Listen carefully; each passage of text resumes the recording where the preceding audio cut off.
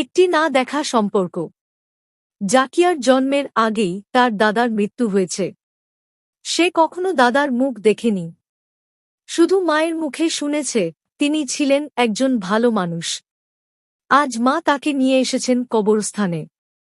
শান্তভাবে বললেন, মা, এটা তোমার দাদার কবর। তুমি তার জন্য মাগফিরাতের দোয়া করো।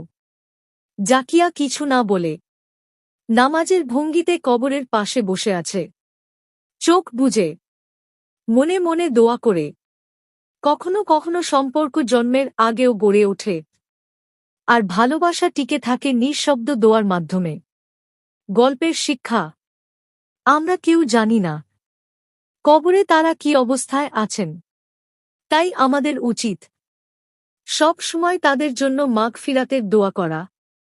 হয়তো আমাদের একটি দোয়াই তাদের কবরকে জান্নাতের বাগানে পরিণত করে দিতে পারে।